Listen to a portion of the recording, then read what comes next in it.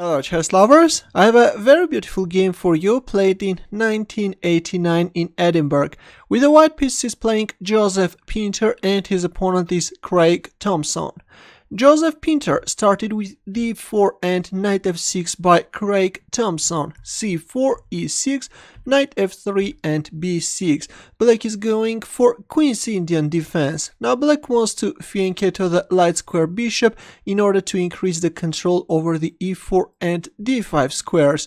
g3, bishop b7, bishop g2, bishop e7, knight c3, knight e4, bishop d2, bishop f6, rook c1 and bishop takes d4. A very ambitious move which leads to very complex variations. Actually, castling kingside looks more solid, but instead we see this adventurous bishop takes d4 move. Here Jozsef Pinter captured on d4 and after knight takes c3 he went for this aggressive bishop takes b7 move, sacrificing the queen on d1.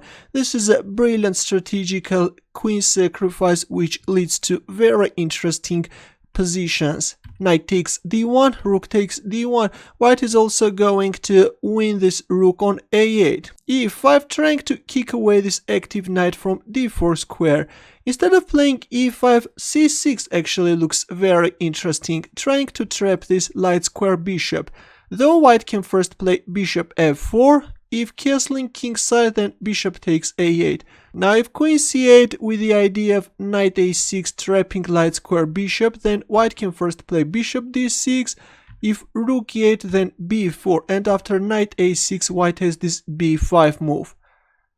If queen takes a8 then b takes a6, and if a move like knight c5 then bishop takes c6, and after d takes c6 knight takes c6. Of course white has a strong compensation for the sacrificed queen. This is going to be an equal battle, but instead after rook takes d1 we see e5, knight f5, eyeing on g7 square, g6. Knight g7 check. Of course this g6 is creating more weaknesses on black's king side. King f8, bishop h6. Now white is threatening some nasty discovered checks, that's why we see king e7. Actually, after knight g7 check, playing king e7 straight away would have been better, but first we see king f8 and only after bishop h6, king e7. Black lost precious time and now white can manage to coordinate his pieces. f4, the black king is stuck in the center of the board and now white is going to use that fact and expose the center of the board. It takes f4 and now white castles kingside. Look at this. Still the rook on a8 is hanging, but of course white is not hurrying to capture that rook. First white is bringing the king onto a safe square and is organizing a dangerous attack against black king. Knight c6, well if a move like f takes g3 then this is simple bishop g5 check and black is losing his queen. Let's go back. After castling kingside we see knight c6, but instead of recapturing we first see rook takes f4.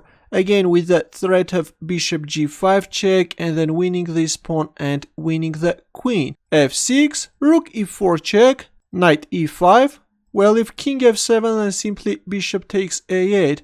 If the queen leaves the d8 square then rook takes d7. This is going to be crushing. That's why after rook e4 check we see knight e5. Only now white is capturing on a8. Finally white wins that rook. Queen takes a8 and another brilliant sacrifice by Jozsef Pinter. Rook takes e5 check. This time he's going for exchange sacrifice, getting rid of that powerful knight on e5 square. F takes e5, bishop g5 check, king f8, and white is winning the pawn on d7. Look at this. White has only 2 pieces against the queen, but white's attack is becoming more and more dangerous. Right now the threat is knight e6 check followed by a checkmate. For example, just a random move. If c5, then knight e6 check. If king g8, then rook g7 checkmate. That's why after rook takes d7 we see queen c6 covering the 6th rank and also attacking white rook. But now comes this beautiful tactical shot, rook takes c7. The rook can't be captured because of this deadly fork. Queen d6, bishop h6, this time threatening a discover check. Queen d4 check, king f1, queen d1 check. Now black queen will try to give a perpetual check. King f2, queen d4 check, king f3, queen d1. The queen is coming to give checks from behind. And white rook is also winning the pawn on a7. Queen f1 check, king e4. And in this position, black made a fatal mistake and captured on e2. This is actually losing. According to the engine, black still could equalize the game by playing queen h3, attacking the bishop on h6. If knight f5 discover check, then king g8. If rook g7 check, then king f8. If rook b7, again king g8. By the way, of course not king e8, because after knight d6 check, king d8, black king can easily get checkmated. This is a spectacular checkmate. That's why again black should place the king on g8 square, and actually white can give a perpetual check and end up the game in a draw.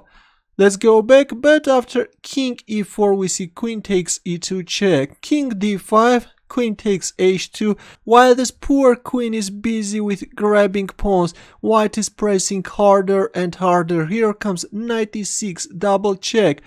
King g8 can't be played because of this rook g7 checkmate. We see king e8, but now comes the king, king d6. Suddenly this king became the best attacking piece. And already black can't avoid this rook e7 mate. If queen d2 check, then simply bishop takes d2. Black captured on h6, and after rook e7 got checkmated. This is just a game dropped down from another planet. If you enjoyed this brilliant attack, don't forget to give the thumbs up or subscribe to my channel. More games are coming. Good luck.